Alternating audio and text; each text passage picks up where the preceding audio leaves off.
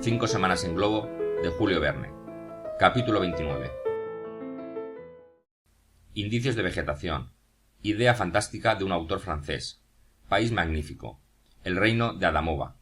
Las exploraciones de Speke y Barton, enlazadas con las de Barth. Los montes Atlántica. El río Benoué. La ciudad de Yola. El Bajelé. El monte Mendif. Desde el momento de la partida, los viajeros avanzaron con gran rapidez, como si les faltase tiempo para abandonar aquel desierto que tan funesto había estado a punto de serles. Hacia las 9:15 de la mañana se entrevieron algunos indicios de vegetación, hierbas flotando en aquel mar de arena y que les anunciaban, como a Cristóbal Colón, la proximidad de la tierra. Verdes vástagos brotaban tímidamente entre pedruscos que, a su vez, se convertirían en rocas de aquel océano. Ondeaban en el horizonte colinas aún poco elevadas, cuyo perfil, difuminado por la bruma, se dibujaba vagamente. La monotonía desaparecía. El doctor saludaba con entusiasmo aquella nueva comarca, y, cual vigía en un buque, estaba a punto de gritar «¡Tierra! ¡Tierra!». 1 hora después, el continente se ofrecía a sus ojos con un aspecto aún salvaje, pero menos llano, menos desnudo y con algunos árboles que se perfilaban en el cielo ceniciento. ¿Nos hallamos, pues, en tierra civilizada?, preguntó el cazador. Según lo que entienda por civilizado, señor Dick, de momento no veo habitantes. Al paso que llevamos, respondió Fergusson, no tardaremos en verlos. ¿Nos encontramos aún en tierra de negros, señor Samuel? Sí, Joe, mientras no lleguemos al país de los árabes. ¿Árabes, señor? ¿Verdaderos árabes con sus camellos? No, sin camellos. Los camellos son raros, por no decir desconocidos, en estas comarcas. Para encontrarlos es preciso subir unos grados al norte. ¡Qué fastidio! ¿Por qué, Joe? Porque, si tuviésemos viento contrario, los camellos podrían sernos útiles. ¿Cómo? Es una idea que se me ocurre, señor. Podríamos engancharlos a la barquilla y hacer que la remolcaran. ¿Qué le parece? No eres el primero, Joe, a quien se le ha ocurrido la idea. Ha sido explotada, aunque es verdad que en una novela, por un autor francés muy ingenioso.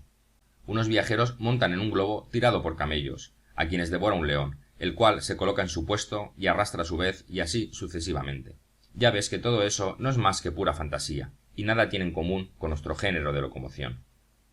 Joe, algo humillado al pensar que su idea ya había sido utilizada, estuvo devanándose los sesos para averiguar qué animal pudo devorar al león, y, no encontrándolo, se dedicó a examinar el país. Bajo su mirada se extendía un lago de mediana extensión, con un anfiteatro de colinas que aún no tenían derecho a llamarse montañas. Allí serpenteaban valles numerosos y fecundos, e intrincadas selvas con gran variedad de árboles. El palmito dominaba aquella masa, con sus hojas de 15 pies de longitud y sus tallos erizados de agudas espinas. El bombax transmitía al viento el fino vello de sus semillas. Los intensos perfumes del pendano, ese kenda de los árabes, impregnaban el aire hasta la zona que atravesaba el Victoria. El papayo de hojas palmeadas, la esterculiácea que produce la nuez de Sudán, el baobab y los bananos completaban aquella flora lujuriante de las regiones intertropicales. El país es soberbio, dijo el doctor. Ahí hay animales, dijo Joe, no estarán lejos los hombres. Magníficos elefantes, exclamó Kennedy. ¿No habría medio de cazar un poco? ¿Cómo quieres que nos detengamos, amigo Dick, con una corriente tan violenta? Sufre un poco el suplicio de Tántalo. Ya te desquitarás más adelante. Motivos había, en efecto, para excitar la imaginación de un cazador, así es que el corazón de Dick palpitaba con fuerza y sus dedos se crispaban sobre la culata de su pardy. La fauna de aquel país estaba a la altura de su flora. El toro salvaje se revolcaba en una hierba espesa bajo la cual desaparecía enteramente. Elefantes de la mayor talla, grises, negros o amarillos, pasaban como un tifón tempestuoso por los poblados bosques, rompiendo, golpeando, saqueando, dejando tras de sí una huella de devastación. Por las verdes laderas de las colinas fluían cascadas y arroyos, formando espaciosas charcas donde los hipopótamos se bañaban con mucho estrépito, y manatíes de 12 pies de longitud y de cuerpo pisciforme se exhibían en las orillas, dirigiendo al cielo sus redondos pechos henchidos de leche.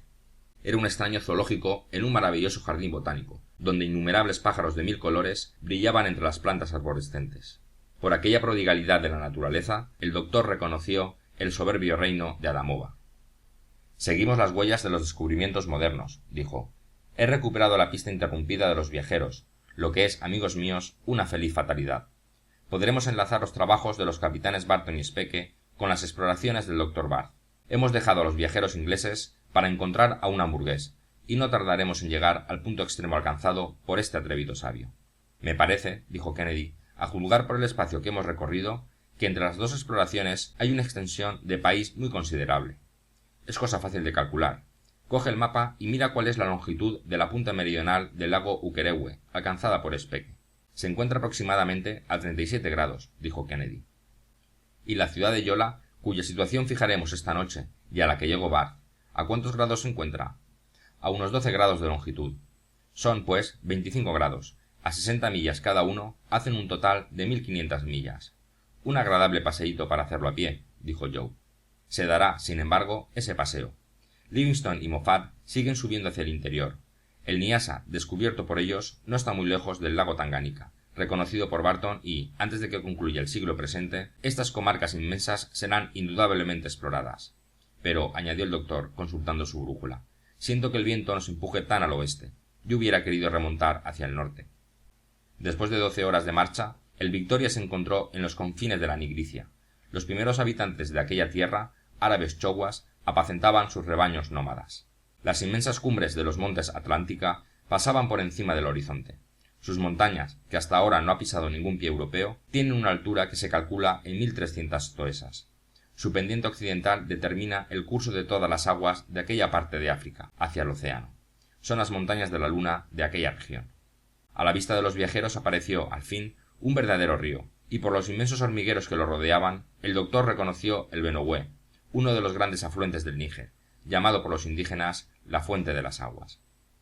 Este río, dijo el doctor a sus compañeros, se convertirá con el tiempo en la vía natural de comunicación con el interior de la Nigricia. El vapor Pléyade, bajo el mando de uno de nuestros bravos capitanes, ya lo ha remontado hasta la ciudad de Yola, de manera que, como veis, nos encontramos en tierras conocidas. Numerosos esclavos se ocupaban de los trabajos del campo. Cultivaban sorgo, una especie de mijo que constituye la base de su alimentación. Las más estúpidas muestras de asombro se sucedían al paso del Victoria, que pasaba como un meteoro. Al anochecer, el globo se detuvo a 40 millas de Yola, y ante él, aunque a lo lejos, se alzaban los dos conos puntiagudos del monte Mendiz. El doctor mandó echar las anclas, que quedaron enganchadas en la copa de un árbol elevado, pero un viento muy recio azotaba al Victoria hasta el punto de tumbarlo, y algunas veces la posición de la barquilla resultaba sumamente peligrosa. Ferguson no cerró los ojos en toda la noche, y con frecuencia estuvo a punto de cortar el cable y huir de la tormenta. Por último, la temperatura calmó y las oscilaciones del aerostato ya nada tuvieron de alarmante. Al día siguiente, el viento fue más moderado, pero alejaba a los viajeros de la ciudad de Yola, la cual, reconstruida por los Fullards, excitaba la curiosidad de Ferguson. Sin embargo, fue preciso elevarse hacia el norte e incluso un poco hacia el este. Kennedy propuso hacer un alto en aquel territorio de caza. Joe, por su parte, afirmaba que la necesidad de carne fresca se dejaba sentir, pero las costumbres salvajes de aquel país, la actitud de la población y algunos disparos dirigidos al Victoria obligaron al doctor a proseguir el viaje. Atravesaban una comarca, escenario de matanzas y de incendios, en que los combates son incesantes y los sultanes se juegan un reino entre las más atroces carnicerías. Numerosas y pobladas aldeas se extendían entre inmensos prados, cuya espesa hierba estaba sembrada de violetas. Las chozas, semejantes a gigantescas colmenas, se refugiaban detrás de espinosos setos. Kennedy comentó varias veces que las agrestes laderas de las colinas recordaban los Glen de las altas tierras de Escocia. Pese a todos sus esfuerzos por seguir otro rumbo, el doctor iba derecho al nordeste, hacia el monte Mendiz, que desaparecía entre las nubes. Las altas cumbres de aquellas montañas separaban la cuenca del Níger de la cuenca del lago Chad. No tardó en aparecer el Bajelé, con sus 18 aldeas a su alrededor, como una multitud de niños en torno a su madre. El espectáculo era magnífico para unas miradas que dominaban y abarcaban todo el conjunto. Las laderas estaban cubiertas de campos de arroz y de cacahuetes. A las 3, el Victoria se hallaba frente al monte Mendiz. No habiéndolo podido evitar, era menester traspasarlo. El doctor, aumentando 180 grados la temperatura, dio al globo una fuerza ascensional de cerca de 1600 libras. Este se elevó a más de 8000 pies. Fue la mayor elevación obtenida durante el viaje. La temperatura bajó de tal modo que el doctor y sus compañeros tuvieron que recurrir a las mantas. Ferguson se dio prisa en bajar, ya que el envoltorio del aerostato amenazaba romperse. Tuvo, sin embargo, suficiente tiempo para comprobar el origen volcánico de la montaña, cuyos cráteres apagados no son más que profundos abismos. Grandes aglomeraciones de excrementos de aves daban a las lomas del Mendiz la apariencia de rocas calizas, bastando aquellas aglomeraciones para abonar las tierras de todo el Reino Unido.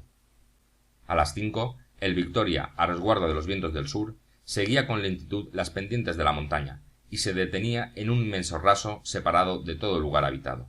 Apenas llegó a tierra, se tomaron las debidas precauciones para sujetarlo, y Kennedy, escopeta en mano, se dirigió hacia la llanura inclinada. No tardó en volver con media docena de ánades y una especie de chocha que Joe condimentó lo mejor que pudo. La cena fue agradable y la noche transcurrió en una gran calma. Fin del capítulo 29.